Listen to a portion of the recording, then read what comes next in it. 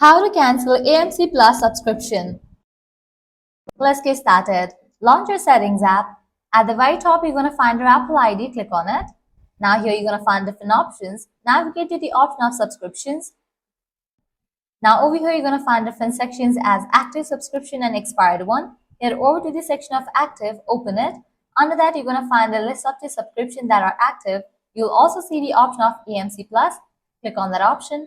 After you open it, at the bottom left, you're going to see the option of cancel subscription. Click on that option. You're going to get the pop-up confirm cancellation. Click on confirm, and just for that, you have canceled subscription for AMC Plus. Now you won't be charged anymore, and the great thing is you can carry on using the app until the subscription date was originally due.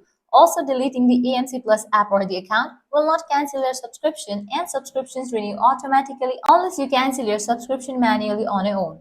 Well, this way you can easily cancel AMC Plus subscription. Find this video helpful. Don't forget to like, share, and subscribe to our channel. Thanks for watching. Find this video helpful.